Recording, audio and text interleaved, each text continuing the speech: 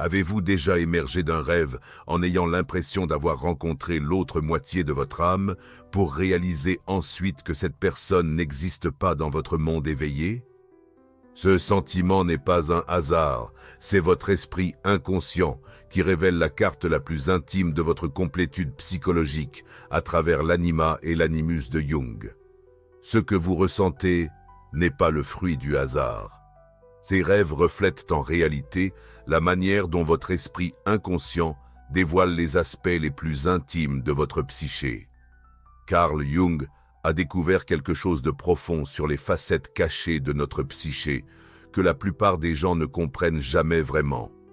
L'anima et l'animus.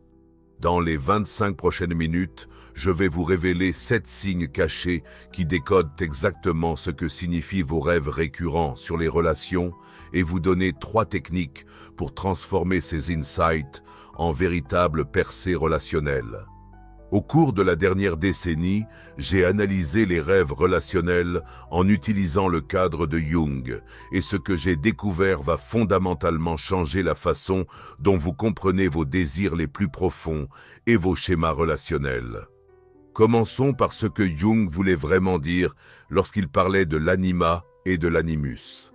L'anima représente l'aspect féminin inconscient chez les hommes, tandis que l'animus incarne l'aspect masculin inconscient chez les femmes.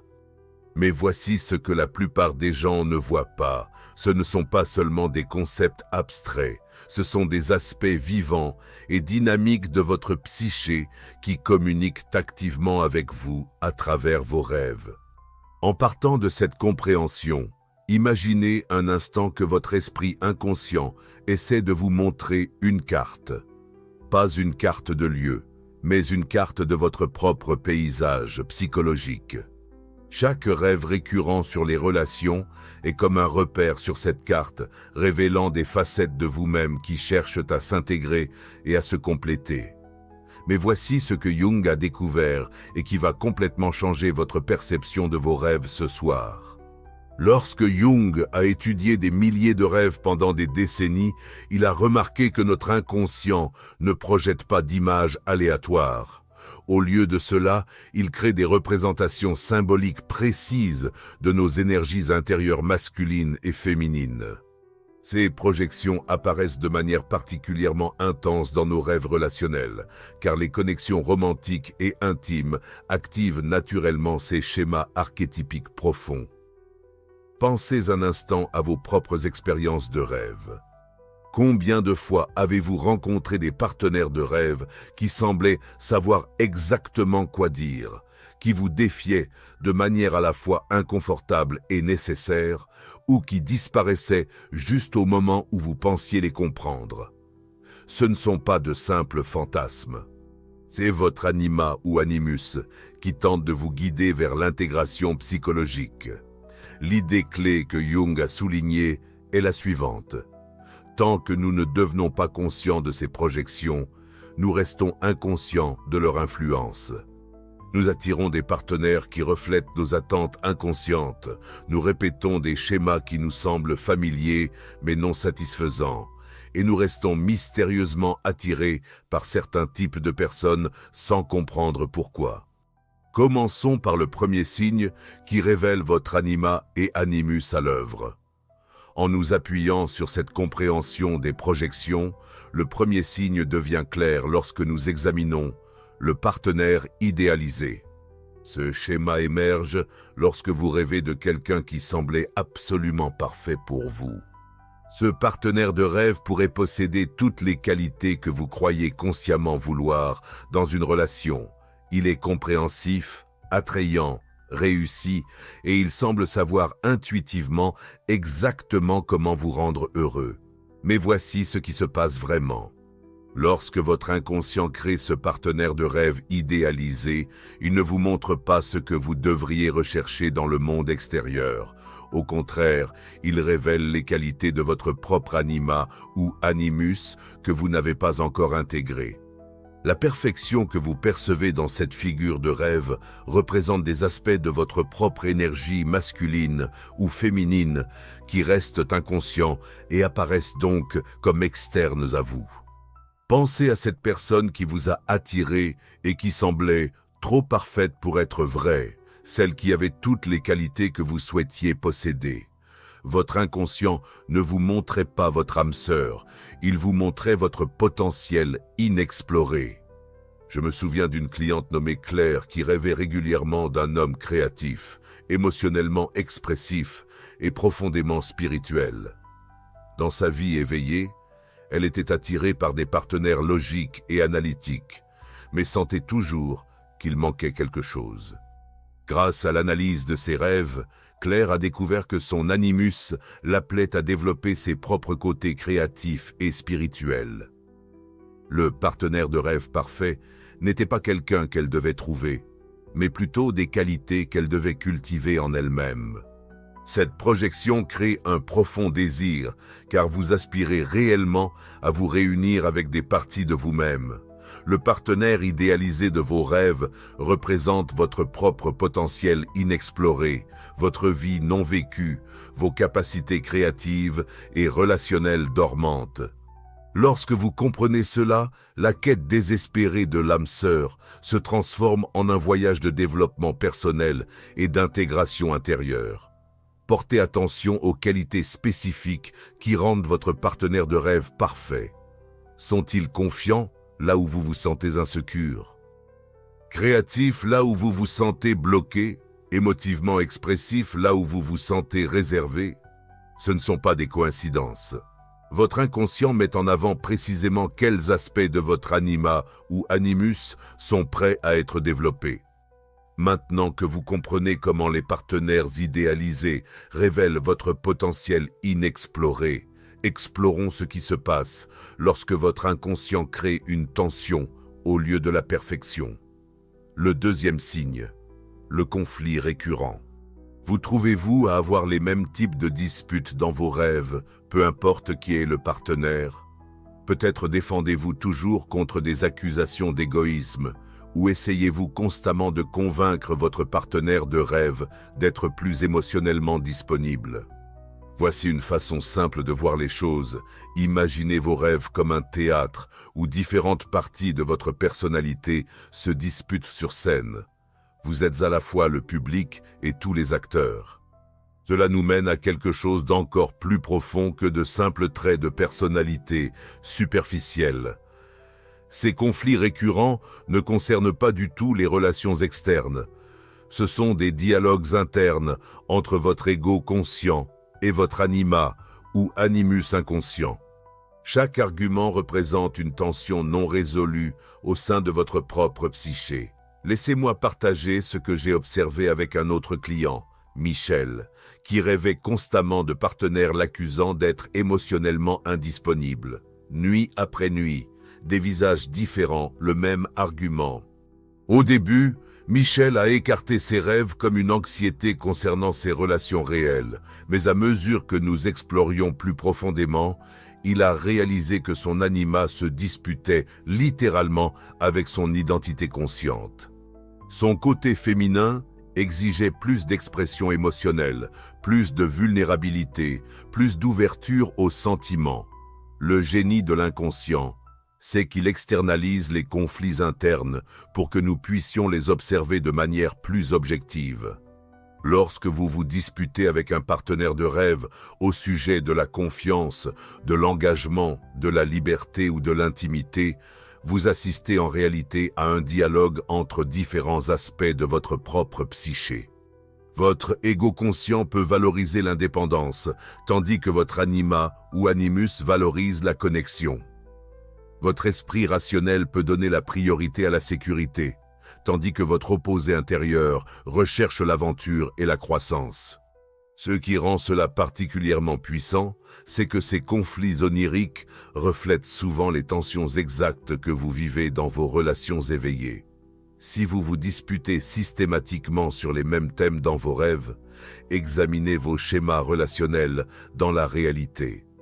Vous attirez probablement des partenaires qui dramatisent extérieurement les mêmes conflits internes que vos rêves révèlent. Ces conflits récurrents révèlent des schémas fixes dans votre psyché. Mais que se passe-t-il lorsque votre inconscient veut vous montrer que ces schémas ne sont pas permanents? Que je suis sur le point de révéler va sembler impossible jusqu'à ce que vous l'expérimentiez par vous-même. C'est là que cela devient fascinant. Le troisième signe révèle quelque chose d'extraordinaire sur la nature fluide de l'anima et de l'animus. L'amant transformateur. Avez-vous déjà été réveillé dans la confusion parce que votre partenaire de rêve est littéralement devenu quelqu'un d'autre en plein milieu de la conversation? La plupart des gens rejettent cela comme une bizarrerie de rêve, mais Jung dirait que vous venez d'être témoin de quelque chose de profond. La plupart des gens se réveillent de ces rêves en se sentant confus ou perturbés, mais Jung dirait que ce sont parmi les rêves spirituellement les plus significatifs que vous puissiez avoir. Lorsque votre partenaire de rêve change de forme, votre inconscient révèle la nature multifacette de votre propre anima ou animus. Votre féminin ou masculin intérieur n'est pas une entité fixe. C'est un aspect dynamique et évolutif de votre psyché qui contient de multiples potentiels, de multiples expressions, de multiples façons d'être. Lorsque votre amoureux de rêve se transforme, vous assistez aux diverses facettes de votre propre soi non réalisé. Pensez à vos propres rêves un instant. Avez-vous déjà remarqué un partenaire changer sous vos yeux? Pensez à Hélène, qui rêvait sans cesse d'un homme qui commencerait comme son partenaire familier et doux, mais qui se transformerait en un artiste sauvage et passionné, puis à nouveau en une figure sage et paternelle. À travers cette exploration, Hélène a compris que son animus lui montrait les multiples énergies masculines qu'elle pouvait incarner. Le doux nourricier, le créateur passionné et le sage aîné. Chaque transformation représentait un aspect différent de son énergie masculine, cherchant à s'exprimer. Cette qualité de transformation explique pourquoi vous pourriez vous sentir attiré par des types de personnes très différents à différentes étapes de votre vie. Votre anima ou animus évolue et vos attractions extérieures reflètent quel aspect de votre opposé intérieur cherche actuellement à se développer. La clé ici est que ces transformations ne sont pas chaotiques ou dénuées de sens. Elles suivent les cycles naturels du développement psychologique. Souvent, la séquence des transformations dans vos rêves fait écho aux étapes que vous devez traverser dans votre propre croissance personnelle. Ces transformations vous montrent les multiples visages de votre opposé intérieur. Mais au-delà de montrer différents aspects, votre anima et animus ont une méthode d'enseignement encore plus intime. Prenons un moment pour réfléchir à la façon dont cela se connecte à notre prochaine découverte. Le quatrième signe nous conduit peut-être à la reconnaissance la plus profonde. Le miroir émotionnel. Ce sont des rêves où votre partenaire vous renvoie des émotions que vous avez du mal à exprimer ou même à reconnaître dans votre vie éveillée. Votre partenaire de rêve pourrait pleurer une peine que vous retenez, exprimer une colère que vous avez réprimée ou démontrer de l'amour de façon que vous ne vous êtes jamais permis de montrer. C'est là que votre anima ou animus devient votre enseignant émotionnel. Dans la vie éveillée, vous pourriez vous vanter d'être logique et contrôlé, mais votre partenaire de rêve sanglote de façon incontrôlable. Ou peut-être vous voyez-vous comme quelqu'un de détendu, alors que votre amoureux de rêve exprime des limites fermes et une intensité passionnée. Ce ne sont pas des états émotionnels aléatoires. Votre inconscient vous montre toute l'étendue de votre capacité émotionnelle. Prenons un moment pour réfléchir. Écrivez le dernier moment où vous avez vu quelqu'un exprimer une émotion qui vous a mis mal à l'aise. Quelle était cette émotion et quand avez-vous permis à vous-même de la ressentir pour la dernière fois? J'ai travaillé avec David, un homme d'affaires prospère qui se vante de ne jamais perdre le contrôle de ses émotions. Toutefois, ses rêves étaient peuplés d'une partenaire féminine exprimant des émotions intenses, une profonde tristesse, une joie sauvage, une colère féroce et une compassion profonde. Au début, David considérait ses rêves comme des fantasmes liés au stress. En y réfléchissant attentivement, il a reconnu que son anima représentait l'authenticité émotionnelle qu'il avait sacrifiée pour réussir professionnellement. La vérité profonde que Jung a découverte est que la plénitude psychologique nécessite d'être émotionnellement complet.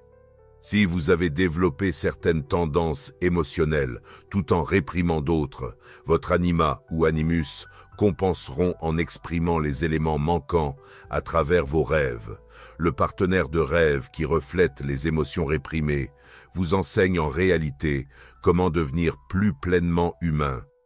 Voici un exercice puissant que vous pouvez commencer ce soir. Lorsque vous vous réveillez d'un rêve de relation, demandez-vous: quelles émotions mon partenaire de rêve a-t-il exprimé que je n'autorise que rarement en moi-même? Notez ces émotions sans porter de jugement.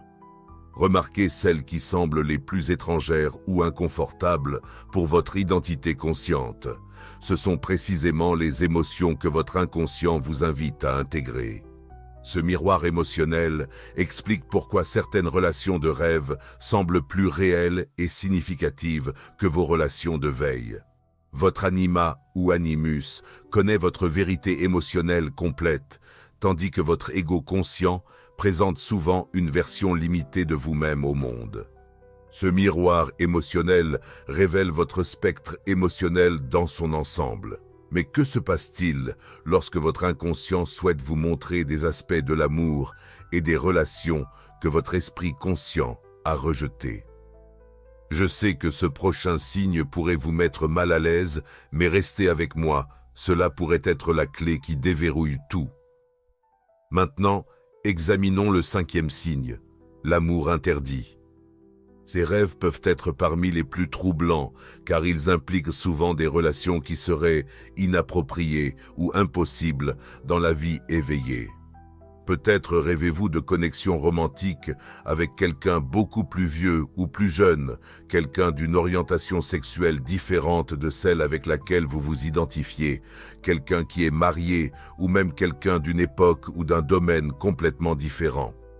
Avant de vous inquiéter de ce que ces rêves pourraient signifier pour vous personnellement, rappelez-vous ceci: votre inconscient parle en symboles et non en instructions littérales.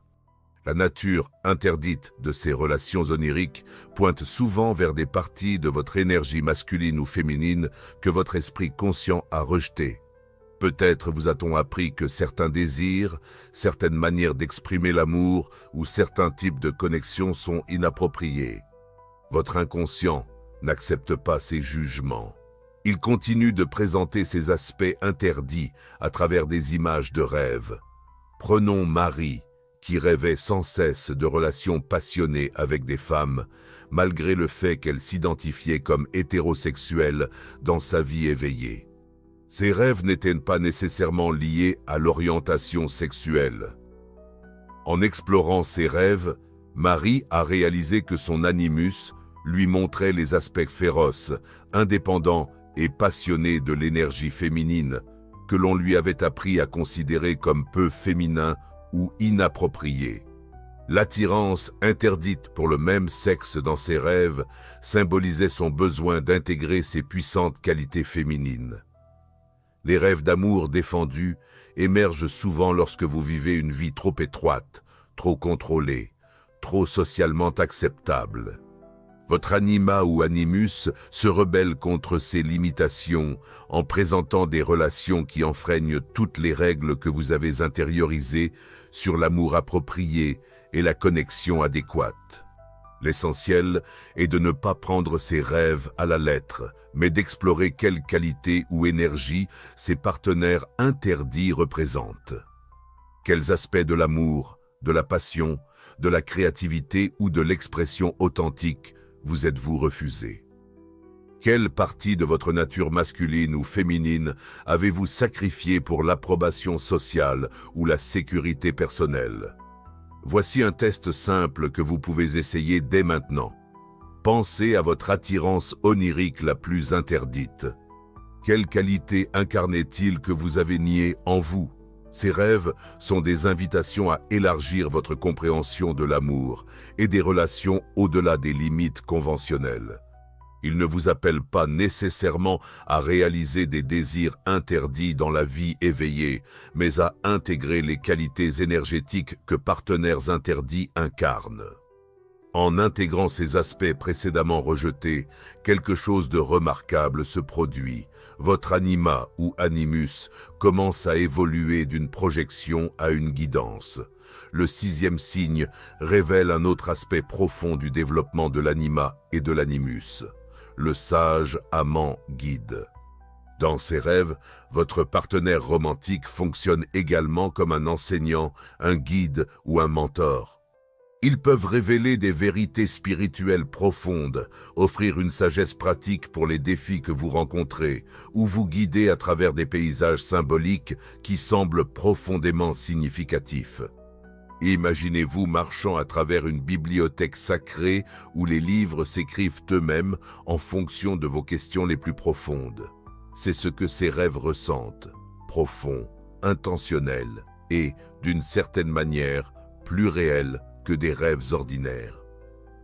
Ce schéma émerge lorsque votre anima ou animus commence à fonctionner à son plus haut niveau. Plutôt que de simplement refléter vos projections ou vos aspects non intégrés, votre opposé intérieur devient une source de véritable sagesse et de guidance.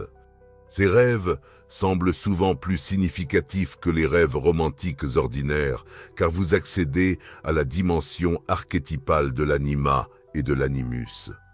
Jung a découvert que l'anima ou l'animus pleinement développé sert de pont vers les couches plus profondes de l'inconscient, y compris ce qu'il appelait le soi, le principe central d'organisation de la psyché. Lorsque votre partenaire de rêve offre sagesse ou guidance, vous recevez une communication des niveaux les plus profonds de votre être. Je me souviens de Patricia, qui a commencé à avoir des rêves où son partenaire masculin la menait vers de magnifiques espaces sacrés et lui expliquait des concepts philosophiques complexes qu'elle n'avait jamais étudiés dans la vie éveillée. Ce n'étaient pas des fantasmes d'évasion romantique, mais de véritables enseignements sur la nature de la conscience, de la créativité et du développement spirituel. L'animus de Patricia avait évolué de projection à guide.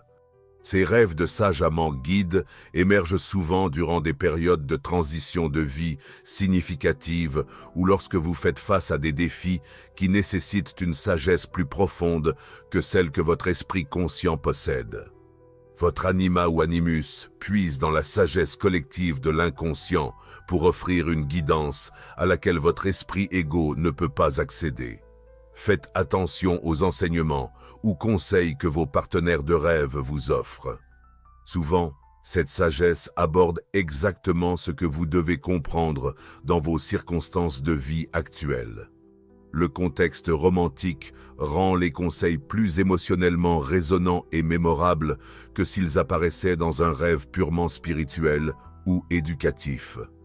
Lorsque votre partenaire de rêve devient un guide sage, vous accédez au plus haut niveau de sagesse intérieure. Mais il y a un dernier schéma qui englobe tous les autres, le cycle ultime qui gouverne toute transformation psychologique. Et le 7e signe ? Celui-ci révèle le secret le plus profond de votre esprit inconscient, et la plupart des gens passent complètement à côté. Et maintenant, le signe le plus puissant de tous. Le cycle de mort, renaissance. Ce sont des rêves où les relations romantiques prennent fin et recommencent sans cesse, où les partenaires meurent et reviennent, où l'amour lui-même semble suivre des cycles de destruction et de renouveau. Si vous avez ces rêves, vous assistez à l'un des processus les plus profonds de la psychologie humaine. Combien de fois avez-vous eu l'impression qu'une relation ou une partie de vous-même devait mourir pour qu'une chose nouvelle puisse naître? Vos rêves vous montrent cette sagesse ancienne, que l'amour lui-même suit les saisons de la nature. Imaginez ce cycle comme le plan de votre âme pour la transformation. Jung a reconnu que la croissance psychologique suit le même schéma que les cycles naturels, mort et renaissance, dissolution et reconstitution, fin et nouveau départ. Lorsque vos relations de rêve suivent ce schéma, votre inconscient modèle le processus d'individuation, le parcours de toute une vie vers la plénitude psychologique. Ces rêves de mort de renaissance s'intensifient souvent lors de périodes où vous êtes prêt pour une transformation psychologique majeure. La mort de la relation de rêve représente la fin d'anciens schémas, de manières de se rapporter dépassées ou de versions limitées de vous-même. La renaissance représente de nouvelles possibilités, des capacités élargies pour aimer et établir des relations et des expressions évoluées de votre énergie masculine ou féminine. Cela vous semble familier? Si vous avez eu des rêves comme Charles, levez la main, même si vous regardez seul. Ce schéma est plus courant que vous ne le pensez. Laissez-moi vous raconter l'histoire de Charles, qui avait des rêves récurrents où il tombait profondément amoureux, seulement pour voir son partenaire disparaître ou mourir, le laissant dévasté. Mais ensuite, dans les rêves suivants, la même énergie revenait sous une nouvelle forme, parfois en tant que la même personne transformée, parfois en tant que quelqu'un de complètement nouveau, mais avec une naissance familière. Au départ, Charles interprétait ses rêves comme de l'anxiété face à la perte. Mais à mesure que nous explorions leur signification symbolique, il a réalisé que ses rêves cartographiaient son propre processus de mort psychologique et de renaissance. Chaque mort dans ses rêves correspondait à la dissolution d'un ancien mode d'être, d'une identité obsolète ou d'une croyance limitante sur l'amour et les relations. Chaque renaissance représentait de nouvelles possibilités, une conscience élargie et des capacités évoluées pour l'intimité et la connexion. La profonde sagesse de ces rêves, c'est qu'ils vous enseignent que l'amour lui-même n'est pas statique.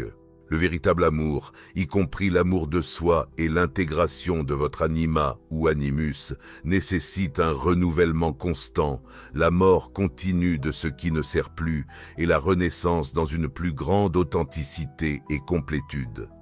Lorsque vous comprenez ce cycle, vous cessez de craindre les fins dans vos relations de rêve et commencez à anticiper les renaissances.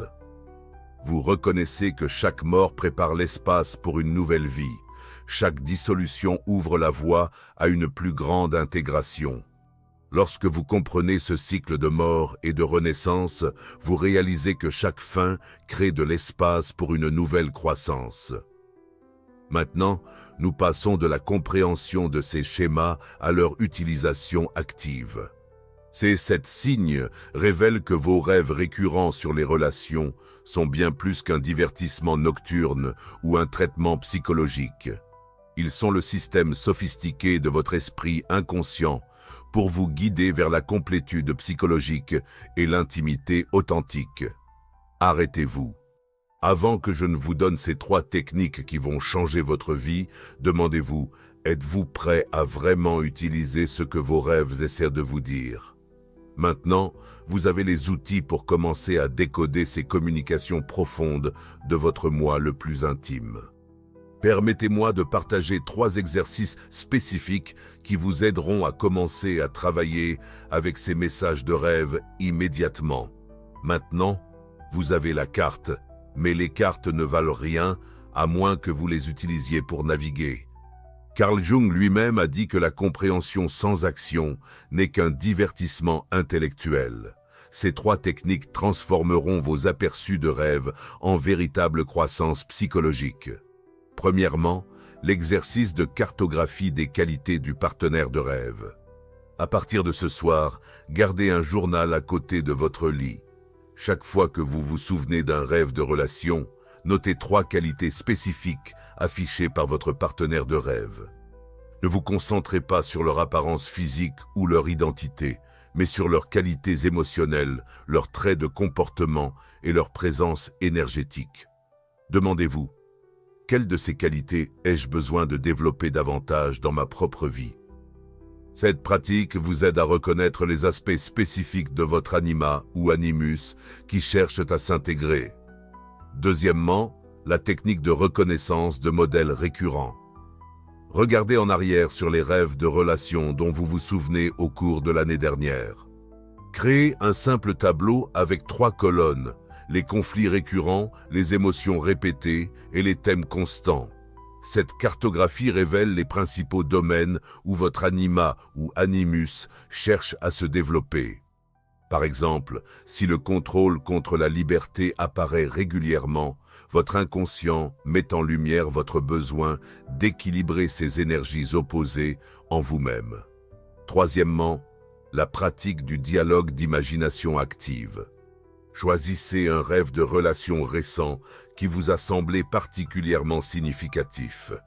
Asseyez-vous tranquillement et imaginez-vous de nouveau dans le rêve, mais cette fois, au lieu de simplement l'expérimenter, engagez un dialogue avec votre partenaire de rêve.